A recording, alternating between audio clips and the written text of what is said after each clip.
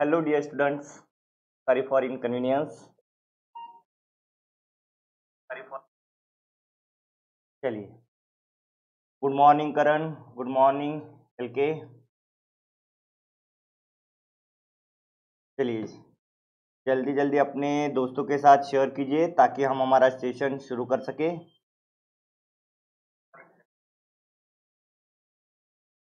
आज हम आपका केमिस्ट्री पोर्शन देखने वाले हैं। Good morning. चलिए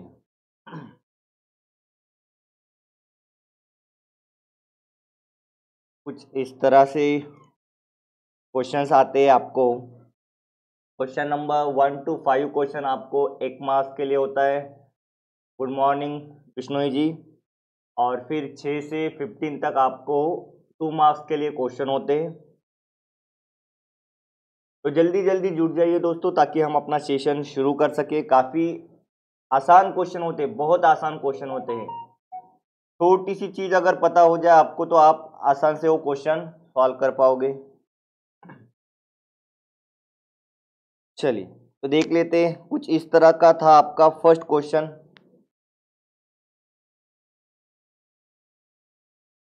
जल्दी से बता दीजिए क्या हो सकता है, क्या लगता है आपको, क्या आंसर होना चाहिए इसका। Good morning Sajan ji.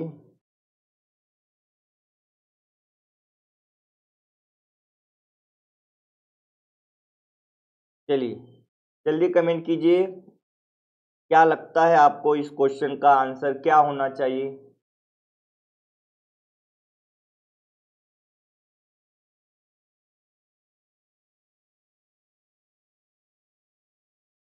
Karan, are के, साजन, आप आंसर कमेंट कर सकते हो। क्वेश्चन कुछ ऐसा कहता है, the species having shortest BF bond distance is. In 4 option में से आपको वो कंपाउंड देखना है जिनमें शॉर्टेस्ट बीएफ बॉन्ड होगा। ओके, साजन जी कहते हैं इसका आंसर सेकंड होना चाहिए। सेकंड, अच्छा। चलिए और कोई लोग। ओके, आर के बी कहते, श्वेता सना कहते एक्सप्लेन, बिल्कुल एक्सप्लेन करेंगे जी, इन डिटेल एक्सप्लेनेशन देंगे आपको। फिलहाल बता दीजिए यहाँ पर। चलिए बी तो आंसर आ चुका है, तो क्यों होना चाहिए बी, क्या रीजन है यहाँ बी, किस तरह से अप्रोच करना चाहिए ऐसे क्वेश्चन को सॉल्व करने के लिए, वो देख लेते हैं। ठीक है, तो हमको पूछा गया शॉर्टेस्ट बी ऑफ बॉन्ड। तो जो गिवन कंपाउंड है थोड़ा सा आपको उनके स्ट्रक्चर के बारे में पता होना चाहिए, उसके नेचर के बारे में पता होना चाहिए। अब सभी में देखो बोरॉन तो है ही, क्योंकि हमको पूछा ही है बी ऑफ बॉन्ड। ठीक है, लेकिन अब उसी के साथ साथ कुछ डिफरेंसेस है। वो डिफरेंसेस अगर देखा जाए हमने तो सब में BF3 इतना कॉमन है। डिफरेंस क्या है, पहले वाले में यहाँ पर कुछ भी नहीं है, एम्प्टी है, मैं इसको इस तरह से एम्प्टी कर सकता हूँ। ठीक है, दूसरे वाले में क्या है, इस तरह का BF3 है और एक F एक्स्ट्रा जुड़ चुका है। ठीक है, और तीसरे वाले में क्या है, यहाँ पर BF3 है, इधर एक्स्ट्रा क्या जुड़ चुका है, NH3 जुड़ चुका है। और यहाँ पर भी आपका कॉमन BF3 है, लेकिन क्या जुड़ चुका है, OCH3CH3 ट्वाइस। इस तरह से इसके ऊपर क्या आ जाएगा, फिर पॉजिटिव आ जाएगा। क्यों राजवी, गुड मॉर्निंग। क्यों होता है, क्योंकि अभी ऑक्सीजन जो होता है वो 2 बॉन्ड बना सकता है। अगर आपको पता भी नहीं तो सिंपल वाटर तो पता है, वाटर में जैसा स्ट्रक्चर होता है OHH, बस उसी तरह से 2 बॉन्ड बना सकता है। लेकिन यहाँ इसने कितने बना दिए, 3 बना दिए, इसलिए उसके ऊपर पॉजिटिव चार्ज आ गया। अब शॉर्टेस्ट BF का मीनिंग क्या, BF तो सब कुछ ऐसे सेम होना चाहिए, यहाँ पर F, इधर F, इधर F, ये सब कुछ सेम होना चाहिए। ठीक, तो शॉर्ट और लॉन्ग होने के लिए क्या कंसेप्ट आ जाएगा, वो कंसेप्ट आ जाएगा यहाँ पर बैक बॉन्डिंग की तरह, रेजोनेंस की तरह, इलेक्ट्रॉन डेंसिटी डोनेशन की तरह। जैसे अभी देखो बोरॉन किस ग्रुप से बिलोंग करता है, पीरियोडिक टेबल अगर आपको पता है तो 5 ग्रुप से बिलोंग करता है।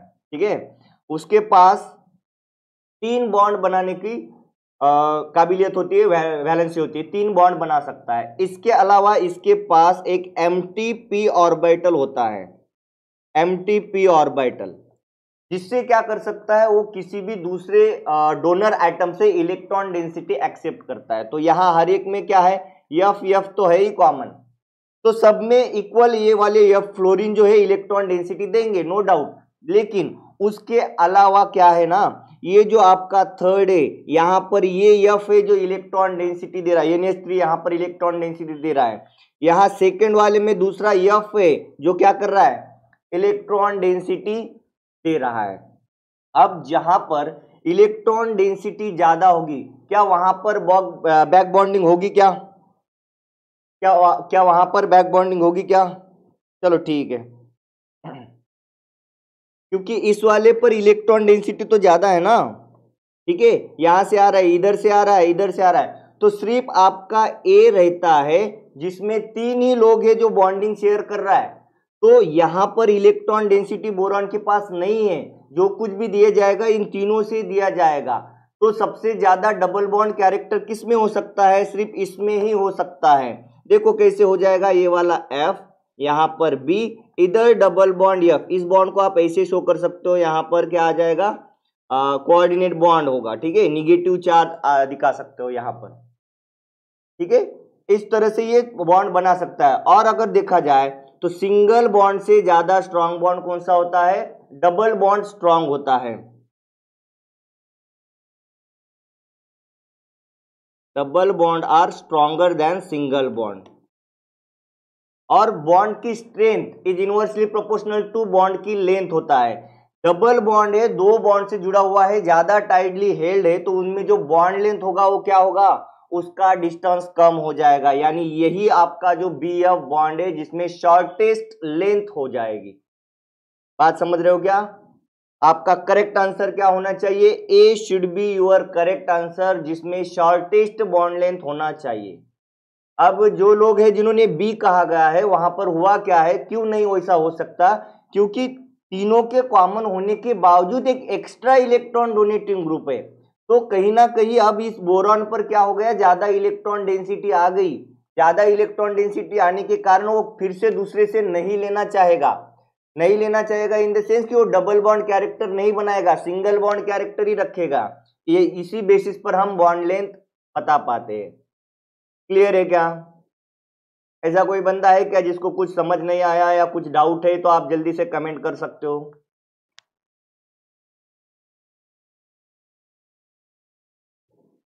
साजन, R K, Rajvi, is it clear? ये क्वेश्चन आपको समझ में आ गया क्या? ओके, चलिए बहुत बढ़िया है। एक ही ध्यान देना है, बोरॉन के पास एमटी ऑर्बिटल था और fluorine can give electron density to boron, and then double bond character will generate in BF bond, because of that bond will become short on. That's it. Clear है? चलिए second question देखते हैं। तो पहला जो question था आपको inorganic portion में से था। यहां पर देखिए सेकेंड क्वेश्चन, इसका बता दीजिए।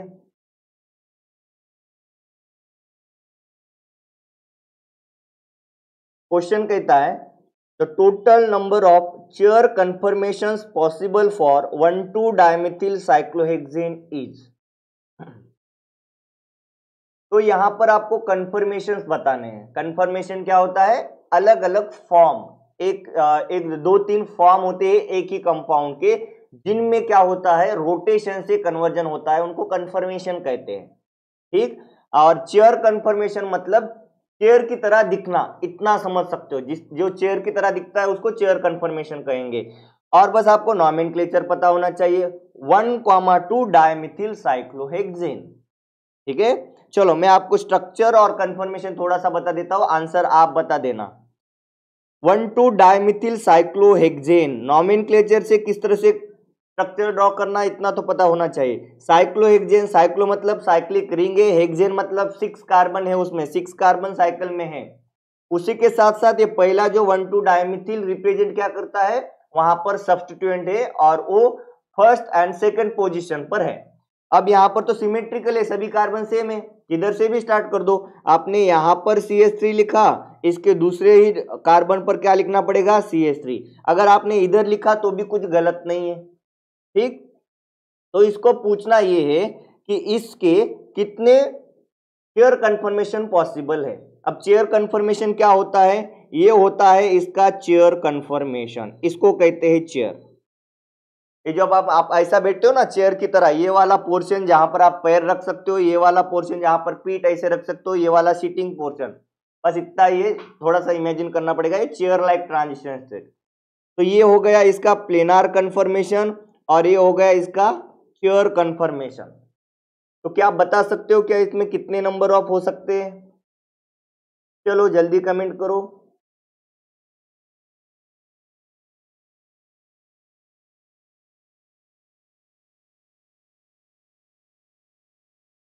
ओके, प्रियदीप घोष कहते हैं 2 होने चाहिए। Okay, welcome Priyadeep. चलिए बाकी कोई लोग, साजन, आरके, श्वेता, चलो बेटा जल्दी कमेंट करो, बहुत आसान है, बहुत आसान।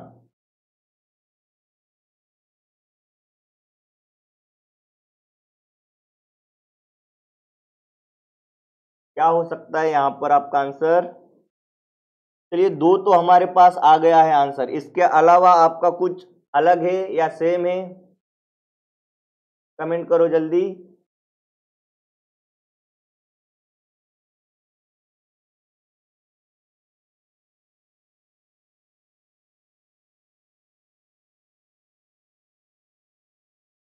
चलो ठीक है, प्रियादीप को ही बता देते हैं कि आपका आंसर क्या होना चाहिए और कैसे।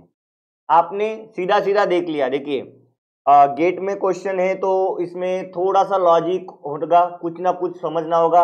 आपने एक कंसेप्ट पढ़ा होगा स्टीरियो आइसोमर्स, या इससे मैं पहले कहूँ आइसोमर्स। आइसोमर्स फिर क्लासिफाइड होते हैं 2 तरह के, एक होते हैं आपके स्टीरियो आइसोमर्स, एक होता है स्ट्रक्चरल आइसोमर्स।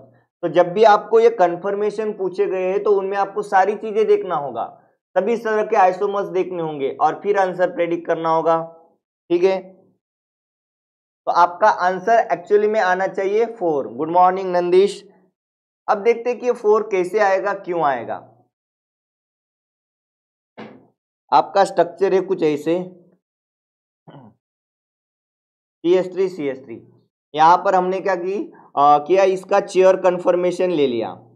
अब चेयर कन्फर्मेशन में 2 तरह के बॉन्ड होते हैं, आपको पता होना चाहिए, एक होता है एक्सियल और दूसरा होता है इक्वेटोरियल, ठीक है। तो ये जो 2 मिथिल ग्रुप है, हो सकता है ना कि ये दोनों के दोनों क्या रह जाए, एक्सियल रह जाए, यानी मैं इसको प्लेनार स्ट्रक्चर में इन दोनों को मैं ऐसा लिख सकता हूं अबव, ठीक। और दूसरा मैं क्या कर सकता हूं, ये दोनों ऐसे भी हो सकते हैं, एक शीश एक ट्रांस, ठीक है। तो इसका क्या कन्फर्मेशन हो सकता है, कुछ इस तरह से हो सकता है, यहां पर ये बिलो, यहां पर अबव, ठीक। दूसरा क्या हो सकता है, अभी ये वाले जो 1,2 डायमिथिल है, कहीं ना कहीं ये वाले दोनों बिलो भी तो रह सकते हैं, दोनों अबव क्यों रहना है। तो इसका चेयर कन्फर्मेशन क्या हो जाएगा, कुछ इस तरह से होगा क्या, ठीक। और अगर ये वाला ट्रांस जिसमें विथ रिस्पेक्ट टू दूसरे मिथिल ग्रुप देखा जाए तो इसमें भी क्या दिख सकता है, ये वाला बिलो ये वाला अबव। अगर आपको प्लेनार से तो कुछ चेंज नहीं दिखेगा क्योंकि बस रोटेशन करके ही दिखाया ऐसा लगेगा, लेकिन चेयर कन्फर्मेशन में आपको पता चल जाएगा कि किस तरह से हो सकता है, कुछ ऐसा हो सकता है क्या। ओके, नंदिश कहते हैं 3 isomers possible, 3 isomers possible, but आपका करेक्ट आंसर होना चाहिए 4 होने चाहिए चेयर कन्फर्मेशन जो पॉसिबल स्ट्रक्चर होने चाहिए। समझ में आ गया क्या, चीजें यहां तक क्लियर है क्या, या और कुछ चाहिए आपको एक्सपेक्टेड, इज इट क्लियर। इसमें से कोई ऐसा है क्या जो आपको सिमिलर ही लग रहा होगा, सेम ही है सर, कोई अलग सी चीज नहीं है।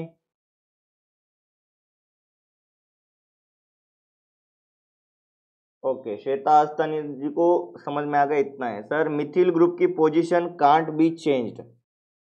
हाँ, पोजीशन तो चेंज नहीं की ना, सही बात है, उजमा जी कहते हैं सही बात है, पोजीशन तो हमने कहीं चेंज ही नहीं की। देखिए ना, यहाँ पर 1,2 था, यहाँ पर भी क्या है 1,2 ही है, दोनों जगह पर 1,2 किया। मैंने क्या चेंज किया, ओरिएंटेशन चेंज किया, पोजीशन नहीं। What is mean by orientation, orientation मतलब 3 डायमेंशनल स्पेस में वो मॉलिक्यूल किस तरह से दिखेगा मुझे, ओ, इसका मीनिंग होता है, आपको स्टीरियो में हमने पढ़ा दिया है वेज डैश कन्फर्मेशन, ठीक है। तो वेज डैश कन्फर्मेशन में क्या, ये जो थिक लाइन होती है, थिक लाइन, इसका मीनिंग होता है टुवर्ड्स द ऑब्जर्वर, और ये जो डॉटेड लाइन होती है, डॉटेड लाइन, इसका मीनिंग क्या होता है, अवे फ्रॉम द ऑब्जर्वर। मतलब मैं ऑब्जर्वर हूं, जो चीज मेरी यहां पर है वो मुझे थिक दिखेगी, और जो चीज मेरे से दूर है मुझे वो क्या दिखेगा, धुंधला दिखेगा, डॉट दिखेगा। ठीक है, ओके। नंदीश कहते हैं one is about and below, okay चलो कर दिया डिलीट। ठीक है सर, मिथिल ग्रुप की पोजीशन, हाँ बता दिया आपको, दोनों मिथिल अबाउ हो या बिलो दोनों सेम होंगे। मतलब हाँ, एक अबाउ द प्लेन, एक बिलो द प्लेन, आप ऐसे भी कह सकते हो, ये प्लेन, बट यहाँ पर क्या कह सकते हैं, ये प्लेनार तो नहीं है ना, इसलिए आपको एक्सियल इक्वेटोरियल ऐसे समझना पड़ेगा, towards the observer away from the observer, ऐसे समझना पड़ेगा। ठीक है, अगर आपको लगता है ये दोनों को अगर सेम है, क्या ये सेम होंगे क्या, देखिए ना, यहाँ पर अबाउ बिलो है, यहाँ पर बिलो अबाउ है, ये दोनों मैंने बोला इसमें आपको सेम दिखेगा, लेकिन क्या नहीं दिखेगा आपको, शेयर कन्फर्मेशन में। इसके ही आपको देखो, आपको इनैंशियोमर्स पता है क्या होता है, इनैंशियोमर्स, डायस्टेरियोमर्स, अगर आप इसकी एग्जैक्टली मिरर इमेज देखोगे तो ये वाला क्या है, इसके दो इनैंशियोमर्स पॉसिबल होंगे, दो इनैंशियोमर्स होंगे। ठीक है, कायरल होगा ना, प्लेन ऑफ सिमेट्री का ही पॉसिबल है, और इसके लिए क्या होता है, दो ऐसे होते हैं, तो आप इसी सेंस से भी पकड़ सकते हो। वो बात अलग है कि कन्फर्मेशन रोटेशन होता है सिस 1,2 डाइमिथिल में, और उसकी वजह से वो रेसिमिक मिक्सचर दिखाता है, ऑप्टिकली इनएक्टिव। लेकिन हमको वो बारे में पूछा ही नहीं गया, हमको ये पूछा गया कितने नंबर ऑफ कन्फर्मेशंस पॉसिबल है। तो ये 4 तरह के कन्फर्मेशन पॉसिबल है, जिनमें मिथिल यहाँ पर दोनों भी सेम है अबाउ, यहाँ पर दोनों मिथिल सेम है बिलो है, यहाँ पर क्या है, दोनों मिथिल कैसे है, एक बिलो एक अबाउ, यहां पर कैसा है, एक बिलो एक अबाउ। अब डिफरेंस अगर नंदिश आपको नहीं समझ में आता तो देखिए, ये वाला कैसा है, एक्सियल बिलो है, ठीक है, ये वाला कैसा है, एक्सियल अबाउ है, यहां पर क्या है, इक्वेटोरियल बिलो है, यहां पर क्या है, इक्वेटोरियल अबाउ। सेम चीज यहां पर देखिए, यहां पर आपका एक्सियल बिलो है, और इधर आपका इक्वेटोरियल बिलो है, इधर ये वाला आपका एक्सियल अबाउ है, और ये वाला आपका एक्सियल अबाउ है। Molecule which are non superimposable on its mirror image, क्या बात है, बहुत बढ़िया श्वेता जी, सही बात है, इसी को ही इनैंशियोमर्स कहते हैं। तो यहाँ पर देखिए ना, उसी के फॉर्म में, अगर इसका मैं आपको मिरर इमेज दिखा दूं तो कोई दिखता है क्या, इसमें मिरर इमेज नहीं दिखता, लेकिन ये क्या होता है, बहुत जल्दी कन्फर्मेशनल रोटेशन करने के कारण ऑप्टिकली इनएक्टिव होता है। वो बात ही अलग है, वो बात ही अलग है, वो छोड़ो।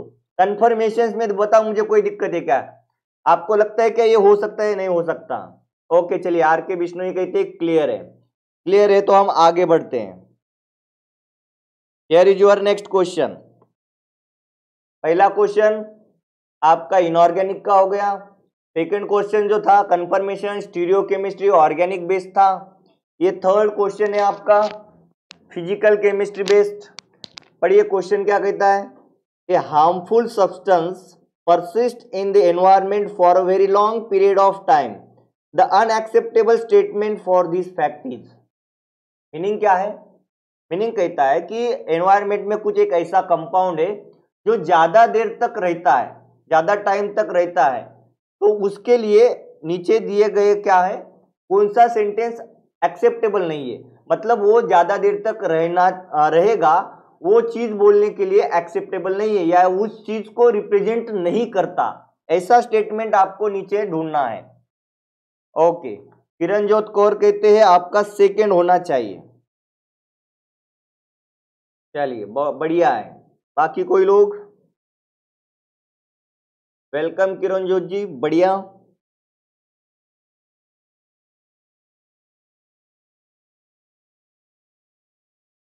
ओके, प्रियादीप कहते हैं ये होना चाहिए। चीजों को समझो, आपको पता है क्या ये first order kinetics, second order kinetics क्या होता है, बायोडिग्रेडेबल तो आप तो मास्टर हो, समझ जाएगा, है ना। हाफ लाइफ पीरियड क्या होता है, ठीक है, ओके, रामू वर्मा कहते हैं सेकेंड, आर के बिश्नोई कहते हैं सेकेंड, मतलब ज्यादा लोग क्या करें, सेकेंड आंसर कह रहे हैं। चलिए देख लेते हैं। और कोई लोग हैं जो कमेंट करना चाहेंगे? ओके, श्वेता कहते हैं इसका बी होना चाहिए। क्या बात है, बढ़िया है। उजमा जी कहते हैं इसका सी होना चाहिए। क्वेश्चन समझ में आ गया बेटा? क्वेश्चन क्या कहता है कि कोई तो एक हार्मफुल सब्सटेंस है, मान लीजिए पॉलीथीन। पॉलीथीन तो हार्मफुल है ना, बायोडिग्रेडेबल नहीं है ना। वो क्या है, हार्मफुल सब्सटेंस है, परसिस्ट इन द एनवायरमेंट, और एनवायरमेंट में ज्यादा देर तक रहता है, एग्जिस्ट करता है for very long period of time. ठीक है, तो अब इस चीज के लिए अनएक्सेप्टेबल स्टेटमेंट कौन सा है? तो पहला स्टेटमेंट कहता है the substance degrades by second order kinetics. अब ये स्टेटमेंट ये कहता है कि हाँ, ये वाला डिग्रेड सेकेंड ऑर्डर काइनेटिक्स की वजह से टिक से होता है, और यही रीजन है कि वो ज्यादा देर तक रहता है। ये कितना एक्सेप्ट होना चाहिए आपको, देखो। ठीक है, जिन्होंने ये बोला। सेकेंड कहता है the substance degrades by first order kinetics. Second कहता है कि वो इसी वजह से ज्यादा देर तक रहता है क्योंकि वो फर्स्ट ऑर्डर काइनेटिक्स फॉलो करता है। ठीक है, थर्ड ऑप्शन कहता है the substance is not biodegradable. वो इसलिए ज्यादा देर तक रहता है क्योंकि वो बायोडिग्रेडेबल नहीं है। ठीक है, और लास्ट स्टेटमेंट किसी ने बोला तो नहीं है, लेकिन फिर भी the substance has long half life. Half life क्या होता है? आपने कार्बन डेटिंग पढ़ा होगा, जो हम इसलिए करते, फॉरेंसिक में करते ना, कि अगर ये जो डेड बॉडी है कितने साल पुरानी है, जो पता करना होता है। कैसे होता है? कार्बन डेटिंग से पता होता है। ठीक है, good morning science and technology. Okay, Shweta Asthana कहते हैं मे बी 4। चलिए, ऐसा नहीं होता, मे बी नहीं, श्योरिटी। ठीक है, तो अभी आपको बता दूं, ये जो सेकंड ऑर्डर मतलब होता है रिएक्शन का रेट। रिएक्शन का रेट मतलब रिएक्शन बनना, एक से दूसरा फॉर्म होना, है ना, कि ये इसमें लिए कितना टाइम लगेगा, इसका मीनिंग है रेट। तो ये इस रिएक्शन रेट के लिए कौन कौन डिपेंडेंट है, किसके ऊपर ये डिपेंडेंट है? सेकंड ऑर्डर मतलब दोनों पर डिपेंड है। एक तो आपका सबस्ट्रेट प्लस रिएजेंट, इन दोनों पर भी डिपेंड होगा वो रिएक्शन का रेट, तो उसको कहते हैं सेकंड ऑर्डर काइनेटिक्स। ठीक है, इसका मतलब ये वाले सब्सटेंस पर भी डिपेंड होना चाहिए, है ना, और दूसरी चीजों पर भी डिपेंड होना चाहिए, ये कहता है। तो ये स्टेटमेंट कैसा है, एक्सेप्टेबल है क्या? है ना, दोनों पर डिपेंड करेगा कि वो किस जगह पर, कैसे एनवायरमेंट में है, और दूसरा सब्सटेंस कैसा है, इसके जगह पर है। सही बात है, एक्सेप्टेबल है। दूसरा, the substance degrade by first order kinetics. कभी ऐसा होता है क्या? फर्स्ट ऑर्डर काइनेटिक्स मतलब वो खुद एक ही मॉलिक्यूल पर डिपेंडेंट होगा, उसका डिग्रेड हो जाना। ठीक है, सबस्ट्रेट एक ही पर, और यहां पर the substance is not biodegradable. वो सब्सटेंस बायोडिग्रेडेशन से यानी आप माइक्रो ऑर्गेनिज्म की इन्वॉल्वमेंट से वो डिग्रेड नहीं होता, डिकम्पोज नहीं होता, ये तीसरा मीनिंग कहता है। और फिर लास्ट कहता है substance has long life, half life, कि वो ज्यादा दिन तक एग्जिस्ट करता है, हाफ लाइफ पीरियड उसका ज्यादा है, इस वजह से ये तो एक्सेप्टेबल नहीं है। तो आपका करेक्ट आंसर क्या होना चाहिए? सेकेंड होना चाहिए, जो कि फर्स्ट ऑर्डर काइनेटिक्स पर क्या नहीं होता, डिपेंडेंट नहीं होता। उसके लिए क्या होना चाहिए? सेकेंड ऑर्डर होना ही चाहिए ना, समझ रहे हो? तो मोस्ट करेक्ट आंसर जब अनएक्सेप्टेबल है कि ये फर्स्ट ऑर्डर काइनेटिक्स से रिएक्शन फॉलो होती है या डिग्रेड होता है। Is it clear? Good morning Digambar सो। चलिए, इज इट क्लियर? देखना है आगे वाला आंसर। चलिए।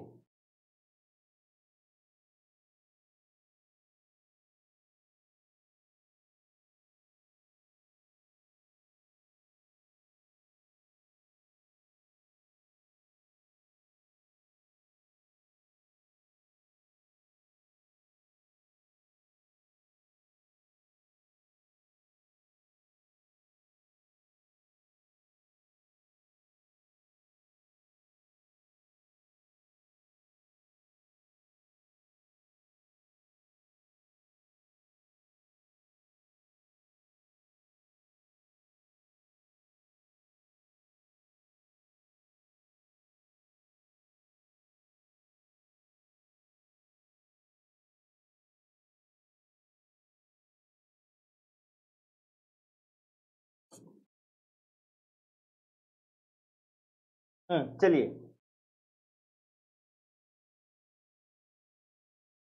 चलिए बता दीजिए यहां पर क्या हो सकता है। नेक्स्ट क्वेश्चन है आपके सामने। For an enzyme catalyzed reaction, the plot that correctly represents the relationship between the rate and temperature is।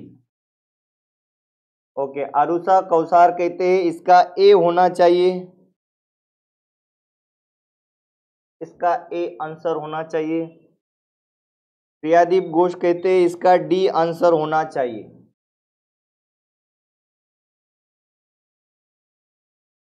Okay, विशाल जादव कहते हैं इसका डी आंसर होना चाहिए।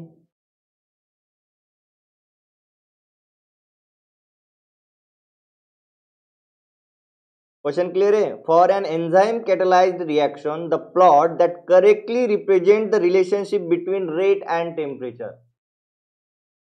जब रिएक्शन प्रोसीड हो रही है उस रेट के ऊपर टेम्परेचर का क्या इफेक्ट होगा। टेम्परेचर बढ़ाने से क्या वो रिएक्शन जल्दी हो जाएगा या टेम्परेचर बढ़ाने से वो रिएक्शन कम हो जाएगा, ऐसा रेट वर्सेस टेम्परेचर के बेसिस पर बताना है। चलिए ओके, इसके मुर्ताज कहते हैं डी, नंदीश कहते हैं डी, तारेश कहते हैं ए, उजमा कहते हैं डी। तो काफी लोगों का कहना डी है। Ramu Verma D, welcome. काफी लोग नए जुड़ गए, welcome to all of you. चलिए डी है और आपका यही आंसर करेक्ट है। D should be your correct answer, सही होना चाहिए। करेक्ट है श्वेता जी। For an enzyme catalyzed reaction, the plot that correctly represent the relationship between the rate and temperature। किस तरह से समझोगे इस चीज को। काफी लोगों का आपका सही आंसर है।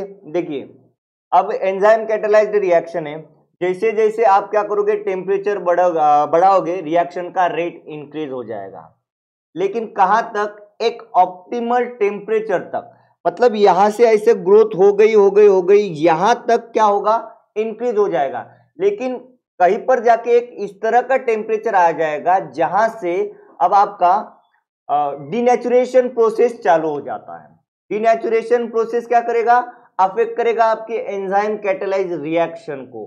That's it. इधर ही आपका रीजन मिल जाएगा कि यहां एक टेम्परेचर, ज्यादा टेम्परेचर होने पर डीनेचुरेशन प्रोसेस शुरू हो जाता है और फिर वहां से एंजाइम कैटालाइज्ड रिएक्शन का रेट क्या हो जाता है, डिक्रीज हो जाता है।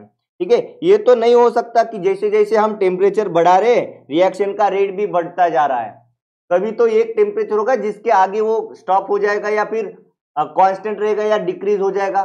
ठीक है, यहां पर से क्या, यहां पर भी सेम है लेकिन यहां से कांस्टेंट इंक्रीज दिखाया गया है। ठीक है, यहां पर पहले डिक्रीज होगा फिर इंक्रीज होगा, तो ये वाले तीनों ऑप्शन नहीं हो जाएंगे। आपका करेक्ट आंसर क्या हो जाएगा, D should be your correct है। विशाल जी करेक्ट है, सही बात है, सही बात है। चलिए तो इसके लिए आपके पास ये स्टेटमेंट दिया गया है, अगर आपको पीडीएफ में आपको ये मिल जाएगा किस तरह से इस चीज को थ्योरेटिकली हम अंडरस्टैंड कर सकते हैं।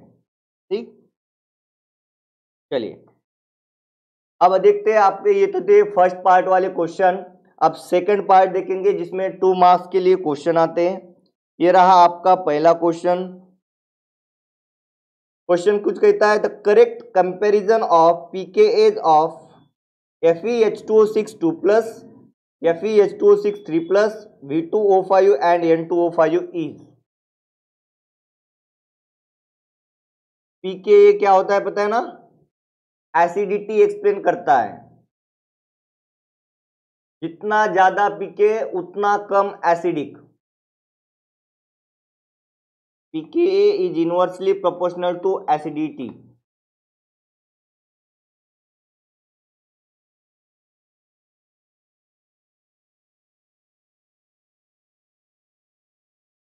तो चलिए जल्दी कमेंट कीजिए क्या हो सकता है आंसर यहां पर।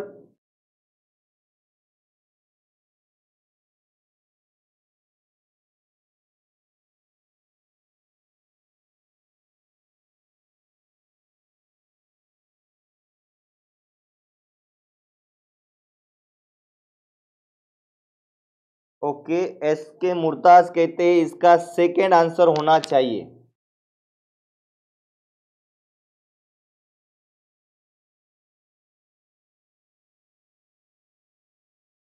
इनऑर्गेनिक बेस्ड है। आपको क्या नॉलेज रखना है इसके लिए, कॉम्प्लेक्सेस का, किस तरह से एसिडिटी कैसे बताते हैं हम, इनऑर्गेनिक में एसिडिटी बताने के लिए आपको ऑक्सीडेशन स्टेट, इलेक्ट्रॉन एक्सेप्टेंस, ये 3 चीजें पता होनी चाहिए। 3 तरह के एसिड्स होते हैं, लेविस एसिड, फ्लोरीब्रोंस्टेट एसिड, आर्रेनियस एसिड। ठीक है, चलो वो ज्यादा डिटेल नहीं, इसका देखो क्या हो सकता है। आर के बिश्नोई कहते हैं बी, सुमन राठौड़ कहते हैं बी होना चाहिए। और कोई लोग,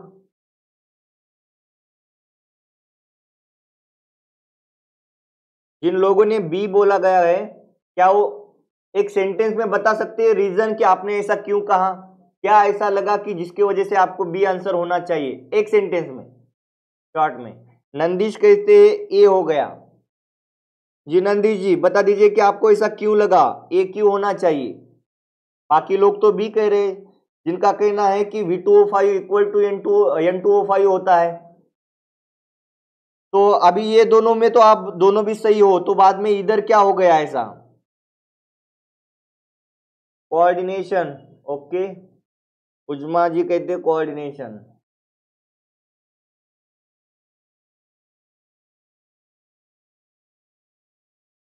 चलिए, तो क्या बता सकते इनमें से क्या हो सकता है, ए और बी है क्या, सी और डी नहीं हो सकते क्या। जिन जिन लोगों ने आंसर दिया है प्लीज कमेंट कीजिए कि आपको क्यों लगा, कुछ तो होगा ना कंसेप्ट, उस कंसेप्ट के बेसिस पर से आपको लगा होगा कि हाँ ये होना चाहिए या बी होना चाहिए। अगर आपने तुक्का भी लगाया तो वो भी बता दीजिए सर ऐसे ही लगा बस। कभी कभी क्या होता है ना, हमको एक अंदर से आता है हाँ ये होना चाहिए, वैसे तो वैसे बताओ। Okay, cation is more, so acidity more, and last two compound is catalyst. Okay, Murta ji कहते कुछ बातें सही है। Nandish, electron donate is called Lewis base and opposite called Lewis acid. Correct है, इलेक्ट्रॉन एक्सेप्ट करने को लेविस एसिड करते हैं, इलेक्ट्रॉन डोनेट करने को बेस कहते हैं। ठीक है, लेविस बेस होता है जो इलेक्ट्रॉन डोनेट करता है। करेक्ट बात है। तो यहां देख लीजिए, आपको बस एक चीज से, इस वाले से पता चल जाएगा ऑक्सीडेशन स्टेट।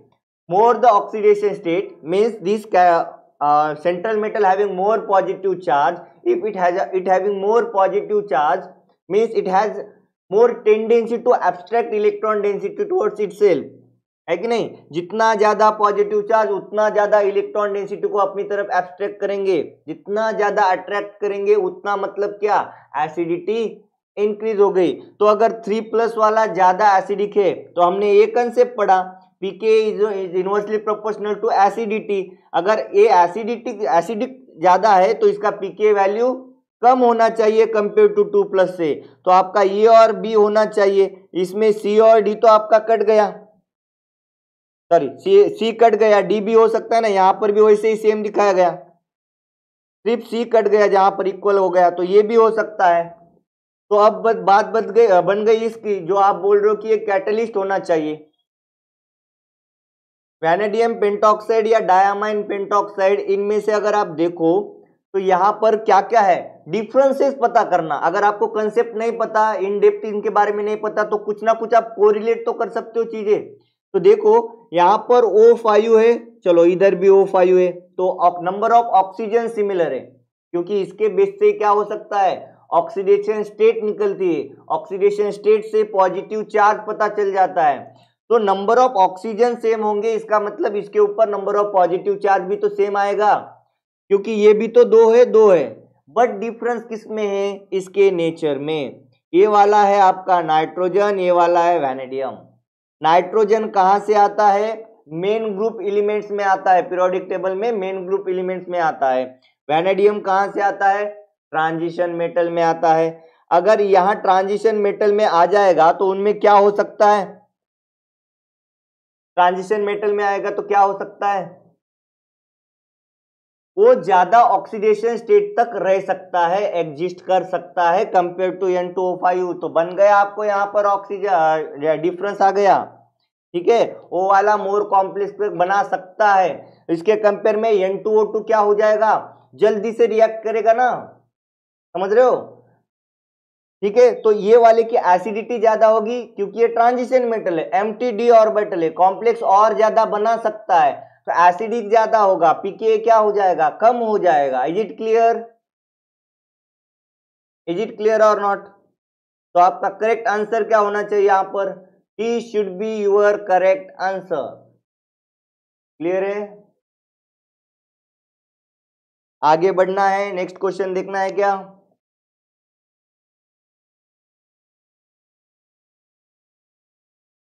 ओके चलिए बढ़िया है S K मुताज।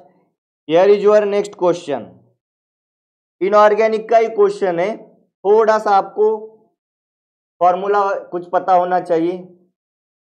The crystal field stabilization energy excluding pairing energy if any of COCl4 2 minus in del zero unit, और यूनिट इसी यूनिट में भी पूछा है, क्योंकि कई बार आपको फॉर्मूला बावजूद होने के बाद यूनिट कन्वर्जन से आंसर की वैल्यू चेंज हो सकती है। ठीक है, तो देखिए ये वाला जो इसका C, ये वाले का F, ये वाले का S और इस वाले की E, ये होता है CFSC वैल्यू निकालना। CF एनर्जी के लिए क्या लगेगा 0.4x माइनस 0.6y, और ये x और y number of electron represent करते हैं। क्या करते हैं, नंबर ऑफ इलेक्ट्रॉन। अब ये क्या है, क्रिस्टल फील्ड स्टेबिलाईजेशन एनर्जी, तो आपको थोड़ा इंडेप्थ पता होना चाहिए कि जो मेटल होते हैं ट्रांजिशन मेटल, यानी कि आपके जैसे वैनेडियम अभी था उस तरह के, ये कोबाल्ट है उस तरह के, स्कैंडियम टू जिंक तक, तो उनमें क्या होता है डी ऑर्बिटल इंक्लूड होता है, और वो जो कोऑर्डिनेशन कॉम्प्लेक्स बनाते हैं, तो अभी इसके ऊपर 4 है, यानी ये कॉम्प्लेक्स कौन सा बना, 4 Cl4 4 है ना, यानी टेट्राहेड्रल कॉम्प्लेक्स बना। और टेट्राहेड्रल कॉम्प्लेक्स के लिए इनकी स्प्लिटिंग कुछ ऐसी होती है, इनकी स्प्लिटिंग कुछ ऐसी होती है। देखिए पहले तो पांचों के 5 डी ऑर्बिटल जो होते हैं वो डी जनरेट होते हैं, इक्वल एनर्जी के होंगे। अब इसके ऑक्सीडेशन स्टेट से इसमें नंबर ऑफ इलेक्ट्रॉन कितने हैं काउंट करो। ये देखो x -4 इक्वल टू -2, ये कहां से आया पता चला क्या, हमको ऑक्सीडेशन स्टेट निकालनी है कोबाल्ट की। -4 कहां से आ गया, एक Cl इक्वल टू 1 -1 होता है, तो क्या हो गया x equal to -2 -4, x equal to क्या आ गया +2, यानी इसका मतलब है कोबाल्ट आपका +2 ऑक्सीडेशन स्टेट में होगा, यानी उसमें से 2 इलेक्ट्रॉन कम होंगे। अगर टोटल न्यूट्रली होता है तो इसमें 9 इलेक्ट्रॉन होते हैं, जब +2 हो जाएगा इसका मतलब इसमें 7 इलेक्ट्रॉन होंगे, और इस टेट्राहेड्रल में 7 इलेक्ट्रॉन ऐसे आएंगे 1 2 3 4 5 6 एंड 7। तो अगर आपको इसमें से कुछ भी नहीं समझा, इतना समझिए कि जब ऐसा होता है तो ऐसी स्प्लिटिंग होती है, ए वाला E, ए वाला T2। ठीक है, अब यहां पर देखो -0.6 और ये वाला 0.4, अगर इसकी हमने कैलकुलेशन किया तो आपको कैसे मिलेगा, ये -2.4 होगा क्या, 6 इंटू 4, नंबर ऑफ इलेक्ट्रॉन कितने हैं 4, यहां पर देखिए -0.6 इंटू 4 माइनस 3 इंटू 0.4, तो ये कितने हो गए -2.4, और ये वाले का कितना हो गया, प्लस आ जाएगा 1.2 प्लस में, ये वैल्यू तो प्लस में है। तो अब इस -2.4 से +1.2 अगर करेंगे तो इसकी वैल्यू कितनी आ सकती है, 1.2 आ सकती है। ठीक, अब हमको ये पता है डेल्टा टी, ये वैल्यू किसकी आ गई, डेल्टा टी की आ गई, तो delta T equal to 4/9 delta O ऐसा होता है। ठीक है, तो अगर हमने इसको 4/9 से मल्टीप्लाई किया तो आपको देखो 0.53 के आसपास वैल्यू नहीं मिलेगी क्या, या 5.2 से 5.4 के बीच में वैल्यू नहीं मिलेगी क्या। अच्छा, question what want to know, question want to know this value, CFSC value जानना चाहता है, ये CFSC वैल्यू कितनी आएगी। ठीक है, और वो किस यूनिट में, डेल जीरो में। ये जो पहले 5 डीजेनरेट ऑर्बिटल थे उसमें जो स्प्लिटिंग हो गई है, उस स्प्लिटिंग होने के लिए कितनी अमाउंट ऑफ एनर्जी लगती है, ये जानना चाहता है ये वाला क्वेश्चन। ठीक है मुर्ताज जी, करेक्ट बात है Nandish. CO2 plus D7 configuration plus 6/5, क्या बात है, करेक्ट है, बहुत बढ़िया है। तो आपका आंसर क्या आना चाहिए, यहां पर आना चाहिए 0.52 तो 0.54 के बीच में आना चाहिए। क्लियर है? किसी को कोई समस्या है तो जल्दी से कमेंट करो, फिर से समझा देंगे।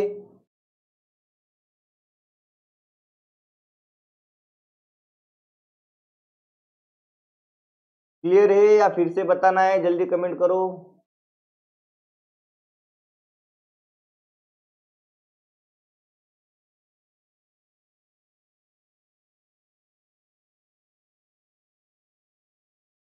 ओके ठीक है, फिर से रिपीट कर लेते हो कैलकुलेशन।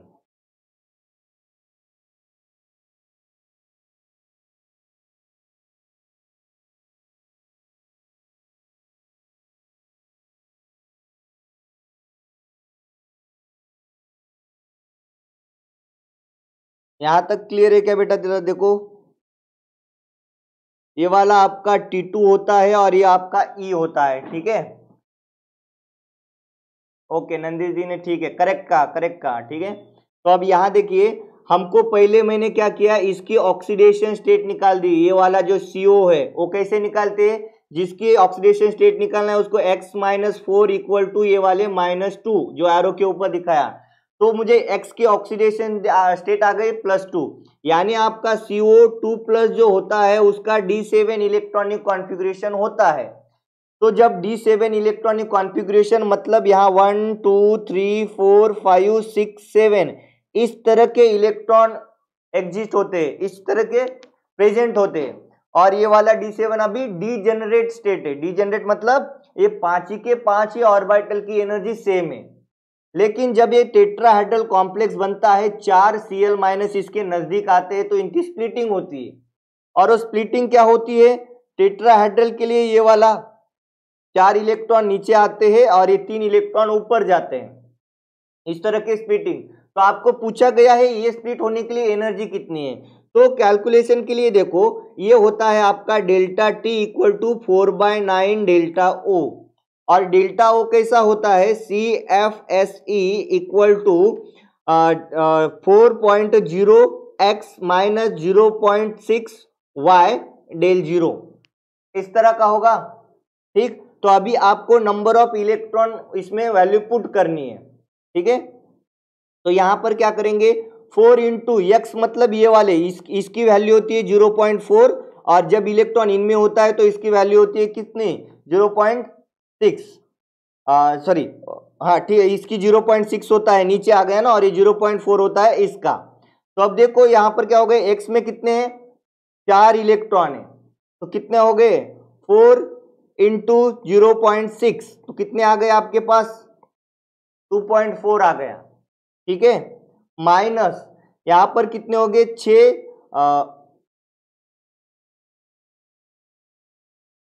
गलत कर दिया हमने, 4.0x माइनस 0.6y, तो इसकी जो 6 है तो 4 इंटू 6 कितने हो गए, 24, माइनस इसका होता है 0.4, तो 0.4 इंटू 3 कितने आने चाहिए, 1.2 आना चाहिए, 1.2। ठीक है, मैं यहां पर लिख रहा हूं 3 इंटू 0.4, 3 इंटू 0.4, तो अब कितना आ गया आपका आंसर, 1.2। बट ये 1.2 क्या आ गया है, डेल टी आ गया है, तो अभी देख डेल 0 आ गया है, तो आपको डेल टी निकालना है ना, तो डेल टी निकालने के लिए उसकी वैल्यू पुट करो, 4/9 इंटू 1.2 करो, तो अभी देखो आपका आंसर कितना आ जाएगा। अब देखो आपका आंसर आएगा कि नहीं आएगा, कैलकुलेट करके देखो, समझ में आया कि नहीं। आपको यहां पर लग रहा है कि ये वाला कैसे -4 लिया, -6 लिया, क्यों ऐसा, ये माइनस का मीनिंग बस इसलिए है कि डिक्रीज एनर्जी हो गई और इंक्रीज एनर्जी हो गई स्प्लिटिंग करते समय। अभी इक्वल एनर्जी है, कुछ स्प्लिटिंग कम एनर्जी में होगी और कुछ स्प्लिटिंग ज्यादा एनर्जी में होगी ना, बस यही सेंस है। आपको बस कैलकुलेशन पर ध्यान दो कि कितने इलेक्ट्रॉन किस में है, अगर इसमें जितने इलेक्ट्रॉन होते हैं उसको 6 से मल्टीप्लाई करना है, क्योंकि नीचे आ गया है तो माइनस में आ गई वो, और ये वाला क्या होगा 0.4 से मल्टीप्लाई करना है इसके लिए। ओके, फिर से नहीं समझ में आया, चलो फिर से बता देते हैं। कुछ भी नहीं समझ में आया क्या सुवर्णा राय जी?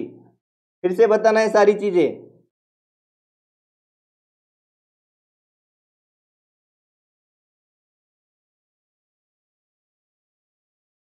चलो देख लेते हैं।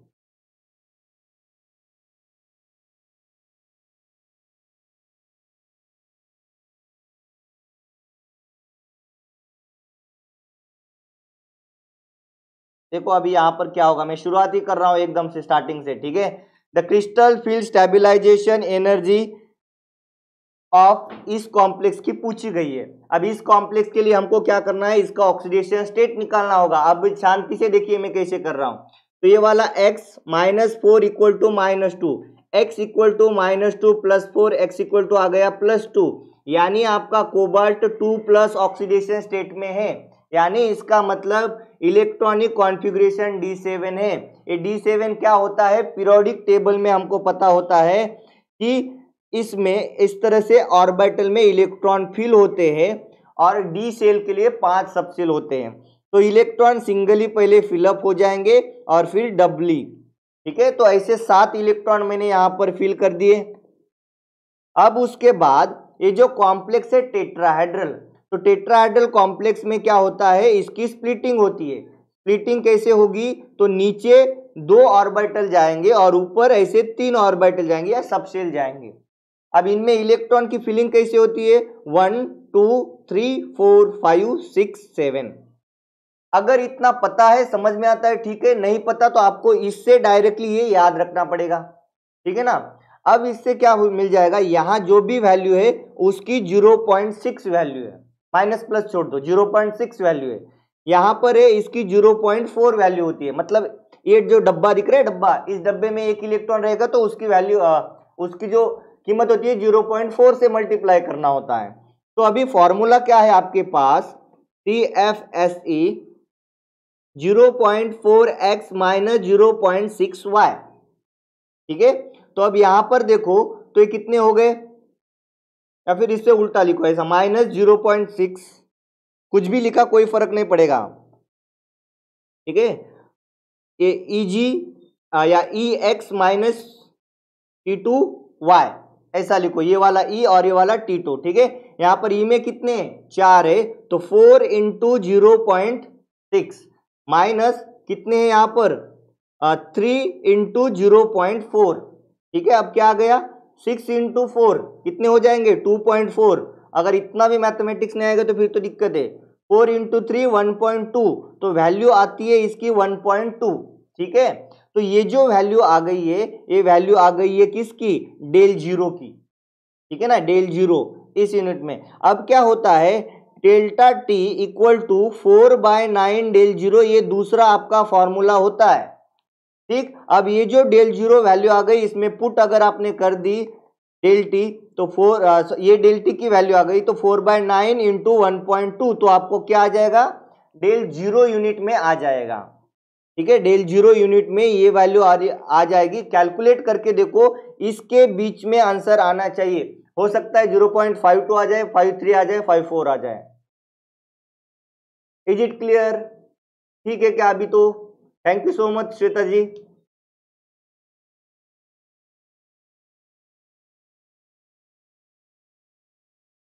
चलो बढ़िया है, क्लियर है। तो हम अब आगे वाला देखते हैं। ये क्या राय क्या बोल रहे हैं, अमन 9 क्या मीनिंग क्या, ओके चलिए thank you so much. Okay Murta, मैंने कहा 1.2 डेल ओ, अच्छा ठीक। देखो ये डेल ओ मीनिंग क्या होता है, ऑक्टाहेड्रल कॉम्प्लेक्स के लिए स्प्लिटिंग एनर्जी होती है, ठीक है। तो ये जो CFSC वैल्यू है ना, वो इसका डेल जीरो होगा। बट इसकी जो फॉर्मूला होता है एक्चुअल में ऑक्टाहेड्रल के लिए ऐसा होता है, T2G(x माइनस EG(y) और ये डेल जीरो। हमने उल्टा लिखा ना, ये जो स्प्लिटिंग में E नीचे आ गया, T2 ऊपर आ गया, इसीलिए ये वाली वैल्यू किस में कन्वर्ट हो गई, अभी ये जो है डेल टी आ गया, डेल टी वैल्यू आ गया। अब हमको del T equal to 4/9 del O ऐसा निकालना है, राइट। तो क्या होगा, इस डेल टी की वैल्यू इसको मल्टीप्लाई करनी पड़ेगी, है कि नहीं, डेल ओ से। तो क्या होना पड़ेगा, डेल ओ यूनिट में 4/9 इंटू 1/2 वैल्यू आ जाएगी। क्लियर है बेटा। चलिए बाकी अब नेक्स्ट ये वाला देख लीजिए, यहां पर क्या होता है, क्वेश्चन है the correct statement is, correct statement is, तो ये क्या बोलता है, TlBr3 is less soluble in water than TlBr। Next कहता है Ag2S is more soluble in water than Ag2O। Next कहता है LiF is more stable than CSF and CONH3 is less stable than CONH3 तो इसके लिए तो काफी चीजें नोन होनी चाहिए, क्योंकि ये मेन ग्रुप प्लस कोऑर्डिनेशन इस तरह का कॉम्बिनेशन वाला क्वेश्चन है, इनऑर्गेनिक बेस्ड क्वेश्चन है। आपका लॉजिक क्या बनता है, आपको कितनी चीजें पता है, इसके बेसिस पर आंसर बता दीजिए, कमेंट कीजिए जल्दी।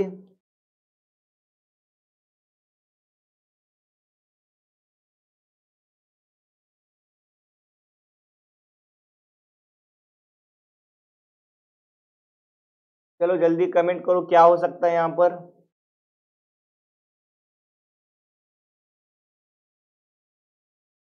ओके, प्रियदीप घोष कहते हैं इसका आंसर डी होना चाहिए। चलिए ठीक है,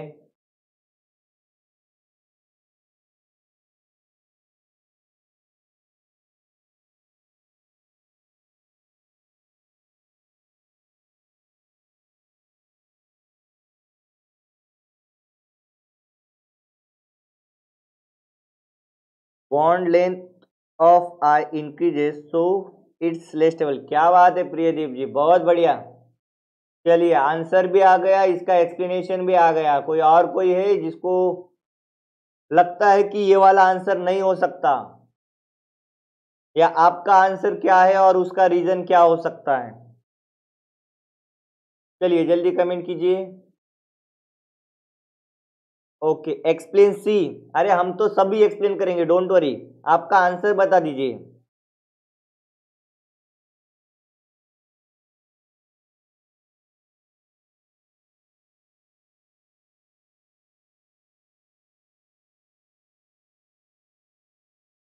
ओके, आर के बिश्नोई कहते हैं डी होगा। ओके चलिए बढ़िया है। और कोई लोग?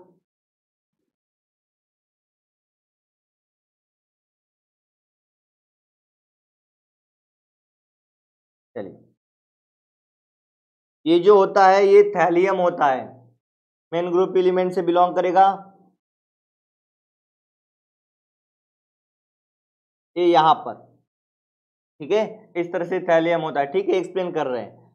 थैलियम यहां पर आ गया। तो अब ये थैलियम बोरॉन फैमिली हमने कहा, इसकी वैलेंसी जो है, वैलेंसी है 3, वैलेंसी 3 मतलब ये 3 बॉन्ड बना सकता है। तो 3 बॉन्ड बना सकता है, लेकिन जैसे जैसे नीचे आ जाए ना, वो क्या हो जाएगा, यहां पर इनर्ट पेयर इफेक्ट होता है। इनर्ट पेयर इफेक्ट मतलब साइज बढ़ने के कारण अब जो इनर वाले जो यस वाले इलेक्ट्रॉन है वो इन्वॉल्व नहीं होते, पार्टिसिपेट नहीं करते, इसी वजह से 3 बॉन्ड नहीं बन जाएगा, एक वाला बॉन्ड बन जाएगा, जो कि स्टेबिलिटी के बेसिस पर। तो यहां पर क्या होता है, due to this inner pair effect TlBr3 is less soluble in water than TlBr। क्या होगा, लेस सोल्यूबल होगा ये, क्योंकि तीनों के तीनों बॉन्ड बन गए, हाई ऑक्सीडेशन स्टेट हो गया है। इससे कंपेयर में ये वाला क्या होता है, +1 ऑक्सीडेशन स्टेट में बन जाता है, ठीक है, मोर स्टेबल है। करेक्ट है नंदी जी, करेक्ट बात है। सेकेंड जो आपका आता है Ag2S is more soluble in water than Ag2O। अब यहां पर देखो तो डिफरेंस कहां पर है, ये वाला सल्फर और यहां पर ये वाला ऑक्सीजन। अब ये जो वाटर में जाएंगे तो वाटर में दोनों क्या दे देंगे, सिल्वर हाइड्रोक्साइड होगा या एंड AgHH, इस तरह के मॉलिक्यूल हो जाएंगे, ठीक है।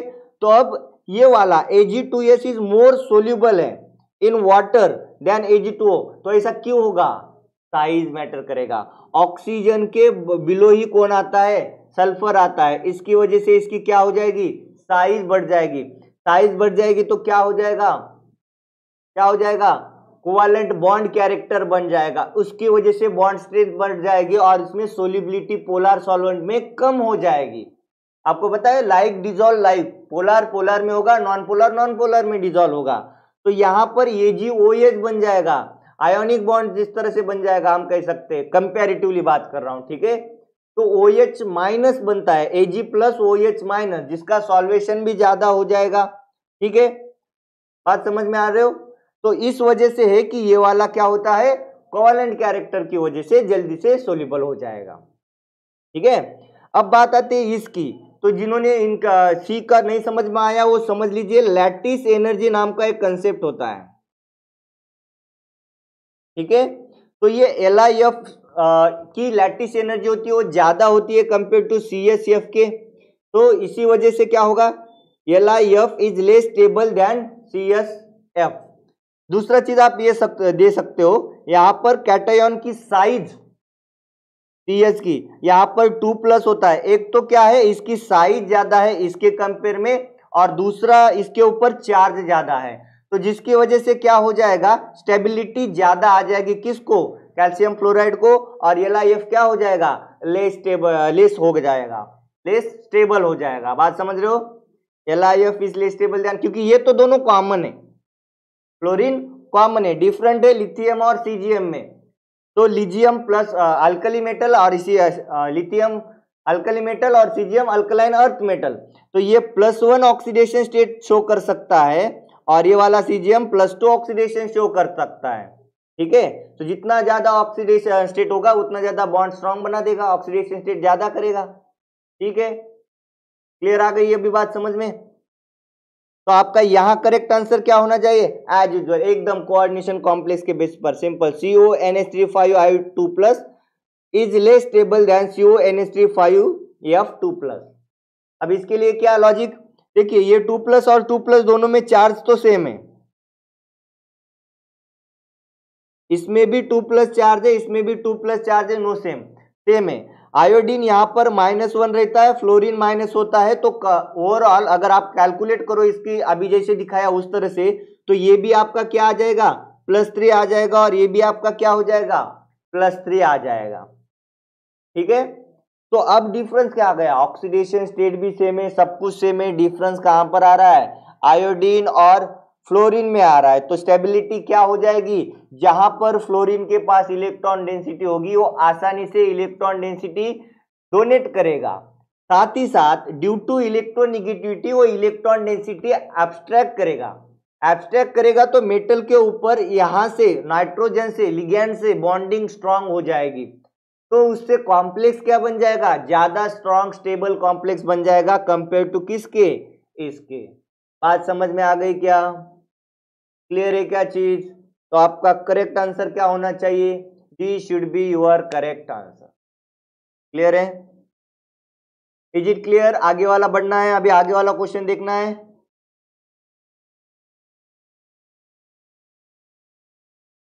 आगे वाला क्वेश्चन देखना है अभी, चलो ठीक है। ये रहा आपके सामने नेक्स्ट क्वेश्चन, ऑर्गेनिक का सेकंड क्वेश्चन। देखो ऑर्गेनिक में पहला क्वेश्चन आपको कंफर्मेशन पूछा गया था, ये आपका सेकंड क्वेश्चन। यहां देखिए क्या हो सकता है,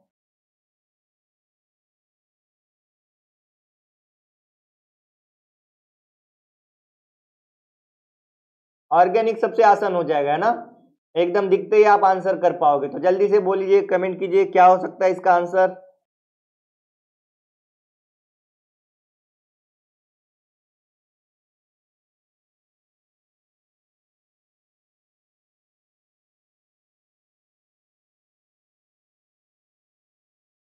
क्या होना चाहिए इसका आंसर, ओके प्रियादीप कहते हैं इसका सी होना चाहिए, क्या बात है, बहुत बढ़िया,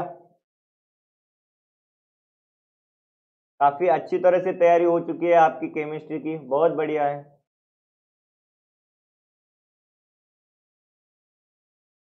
चलिए बाकी कोई लोग,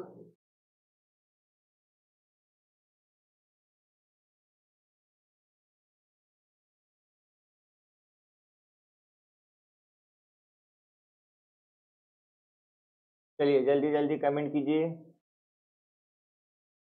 काफी सारे क्वेश्चन देखने हैं, तो जल्दी जल्दी जरा बता दीजिए आंसर क्या हो सकते हैं।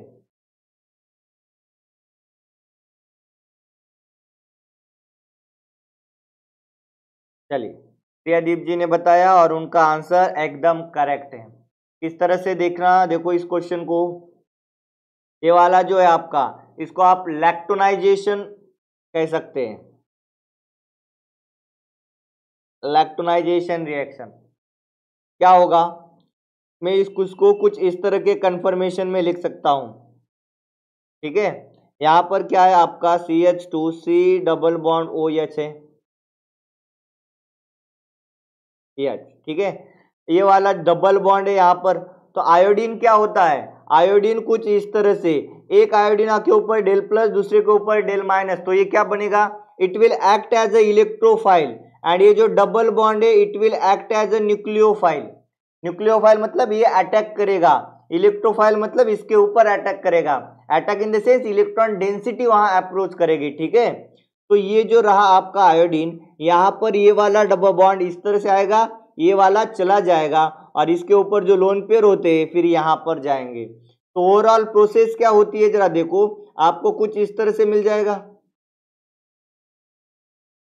यहां पर आपको बन गया है आयोडोनियम आयन, ठीक है, और इधर क्या हो गया C double bond O minus, QO minus, ये NaHCO3 वीक बेस एकदम कैसे हो जाएगा, C डबल बॉन्ड O, ठीक है, यहाँ पर H है, यहाँ पर निगेटिव, Na पॉजिटिव।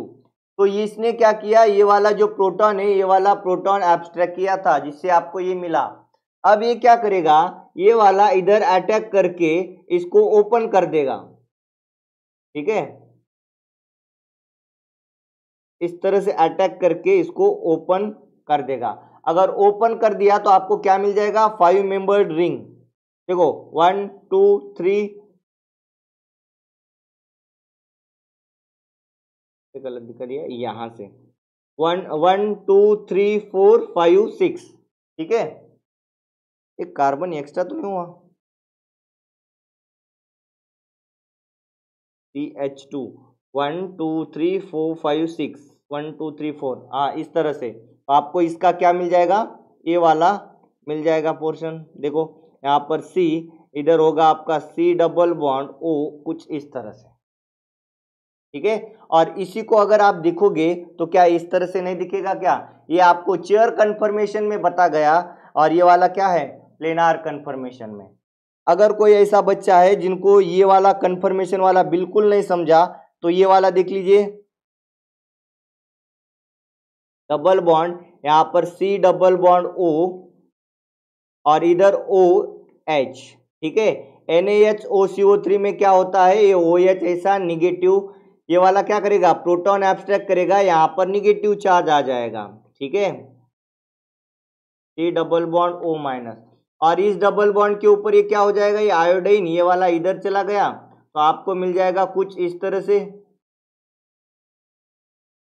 यहाँ पर आ गया आयोडीन, इस पर हो गया पॉजिटिव चार्ज, तो इसके लोन पेयर इधर जाएंगे, तो आपको क्या मिल जाएगा कुछ इस तरह से, ये बन गया है आयोडोनियम आयन। और इधर कौन है आपका C double bond O minus, इसके अटैक करो और इसको ओपन करो तो आपको क्या मिल जाएगा। और अटैक क्यों हुआ, क्यों ओपन करना है, क्योंकि इसके ऊपर क्या आ चुका है, पॉजिटिव चार्ज आ चुका है। तो this should be your correct answer.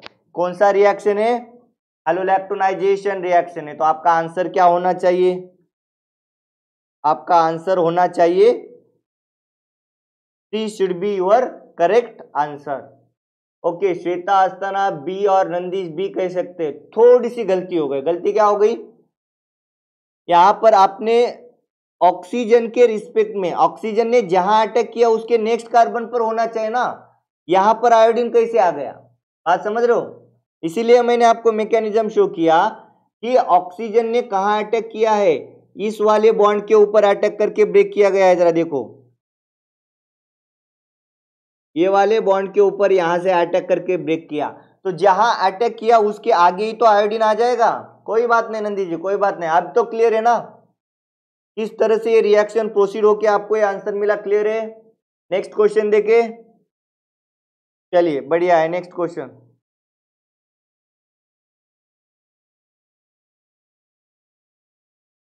Rashid कह रहे आज तो गेट का मॉक था, वो क्यों नहीं हुआ। क्या पता भाई।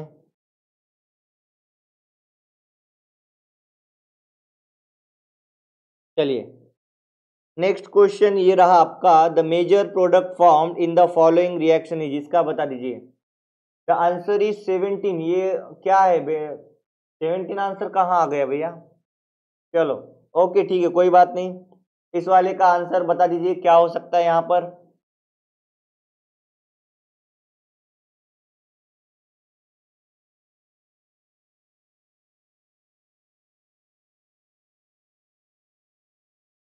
चलिए बढ़िया है, यहाँ पर क्या हो सकता है बता दीजिए।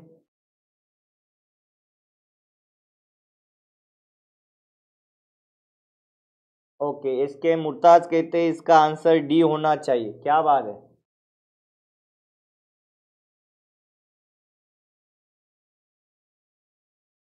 श्वेता अस्थाना जी आंसर बता दीजिए क्या हो सकता है।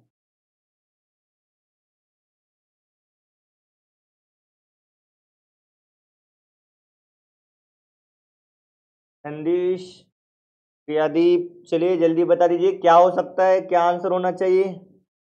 सी, ओके प्रियादीप जी क्या बात है, बहुत बड़े एक्सप्लेनेशन के साथ कहते हैं सी, एंटी मार्कोनिकॉफ एडिशन। क्या बात है बहुत बढ़िया है। नंदीश कहते हैं एंटी मार्कोनिकॉफ सी, क्या बात है बहुत बढ़िया। आप लोगों ने तो सरप्राइज कर दिया, मतलब लाइफ साइंस का बैकग्राउंड से भी इतना इन डिटेल केमिस्ट्री की स्टडी बहुत बढ़िया है, बहुत अच्छी बात है। ओके पिने कहते हैं इसका आंसर बी होना चाहिए, बेंजामिन पिने कहते बी होना चाहिए। चलो ठीक है, और कोई। ओके बिश्नोई जी कहते सी होना चाहिए, क्या बात है बहुत बढ़िया। ओके फोंट साइज इंक्रीज कर दीजिए, जो यहाँ पर लिखा है एरो के ऊपर, मैं दिखा देता हूँ ना यहाँ पर एरो पर क्या है। यहाँ पर B2H6 इधर है आपका डाइग्लाइम, ठीक है, और ये सेकेंड है यहाँ पर H2O2HO माइनस, इस तरह का है।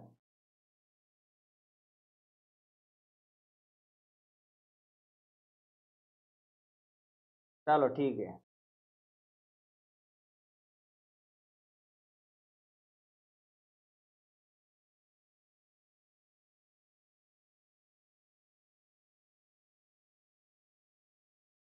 हाँ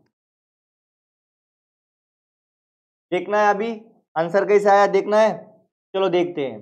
तो B2H6H2O2 इसको सिंपल आपको हो तो ब्राउन हाइड्रोबोरेशन आप देख सकते हो, ब्राउन हाइड्रोबोरेशन रिएक्शन, जैसे वो हैलोलैक्टोनाइजेशन था वैसे ये वाला है, ठीक है। ब्राउन हाइड्रोबोरेशन कैसे होगा देख लेते हैं।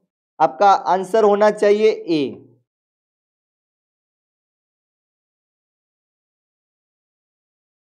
किस तरह से होना चाहिए, हाँ यहाँ CH3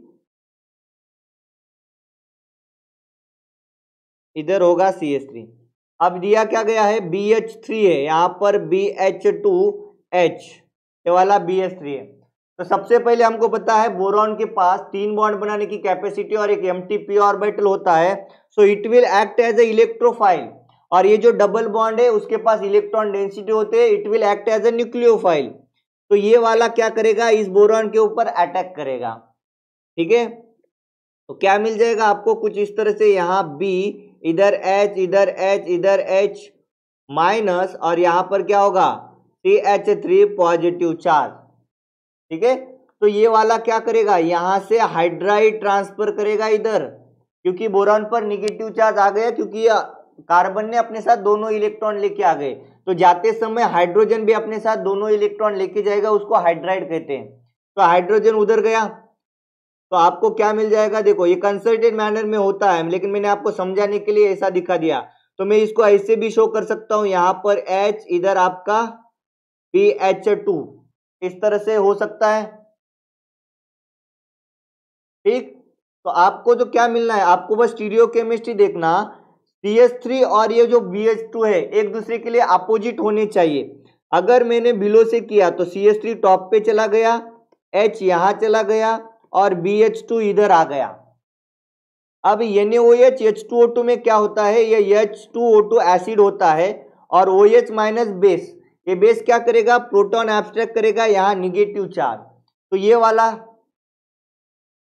ये वाला क्या हो जाएगा, O माइनस इस बोरॉन पर अटैक करेगा, जिसकी वजह से आपको क्या मिल जाएगा, यहाँ पर CH3, इधर आएगा आपका H, इधर होगा बोरॉन H, यहाँ OOH, तो इस पर क्या आ गया बेटा, निगेटिव चार्ज आ गया। अब जैसे हाइड्राइड ट्रांसफर हुआ था वैसे ये ऑक्सीजन ट्रांसफर होके यहाँ से OH निकल जाएगा, तो आपको सिंपल क्या मिल जाएगा, और सेम ओरिएंटेशन से, जिस ओरिएंटेशन से बोरॉन था उसी ओरिएंटेशन से यहाँ अब OH जुड़ जाएगा, यहाँ पर क्या हो गया, OBH2, यहाँ पर क्या आ गया, मिथिल, इधर क्या आ गया, हाइड्रोजन, फिर उसके बाद H2O वर्कअप होता है जो बोरॉन को लेके जाएगा, और यहाँ पर आपको क्या मिल जाएगा, देखो इधर ये वाला मिथिल, यहाँ पर हाइड्रोजन, और ये वाला बिलो में क्या आ गया, OH, तो methyl and OH should be trans with respect to each other. BH2 की एडिशन जब होती है तो क्या होती है, मार्कोनिकॉफ एडिशन होता है, लेकिन ओवरऑल प्रोडक्ट क्या आता है, एंटी मार्कोनिकॉफ। जो बच्चे न्यू है उनको पता नहीं है तो मैं समझा दूं, मार्कोनिकॉफ मतलब negative part goes to the more substituted side, anti Markovnikov मतलब negative part goes to the less substituted side. तो यहाँ तो H minus hydride more substitute हो गया, तो ये तो आपका मार्कोनिकॉफ रूल है, लेकिन ओवरऑल जो प्रोडक्ट देख रहे हो तो OH माइनस ही इधर आ गया और इधर हाइड्रोजन आ गया, तो हाइड्रोजन और OH में OH माइनस होता है, तो ये माइनस कहां पर आ गया, लेस सब्स्टिट्यूटेड कार्बन पर, इसीलिए overall product is anti Markovnikov. Is it clear? तो आपका आंसर क्या होना चाहिए, your answer should be A. Clear है, आपका आंसर ए होना चाहिए। चलिए मैंने यहां से आगे क्या किया था, 6 मेंबर रिंग की थी, ये 5 मेंबर रिंग है, ठीक है, ये वाला 5 मेंबर रिंग है ऐसा, यहाँ पर भी ये वाला 5 मेंबर रिंग, ये आंसर में भी आपका 5 मेंबर रिंग ही है। क्लियर है? मुर्ताज जी आपको इसके बारे में नोटिफिकेशन मिल जाएगा नेक्स्ट क्लास के बारे में। यहां तक क्लियर है क्या बेटा, इज इट क्लियर? सब चीजें समझ में आ गई है तो हम आगे बढ़ लेते हैं। चलो जल्दी से कमेंट करके बता तो दो, समझ में आ भी गया चीजें कि नहीं।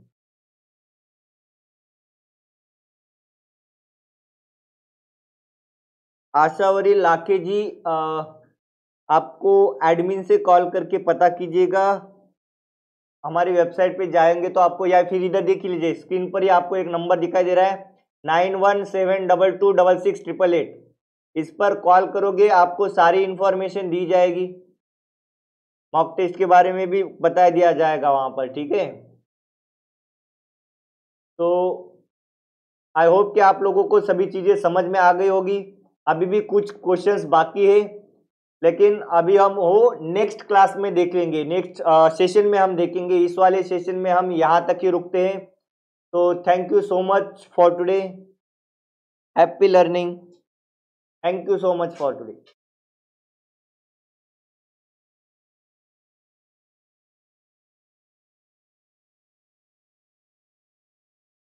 Thank you so much.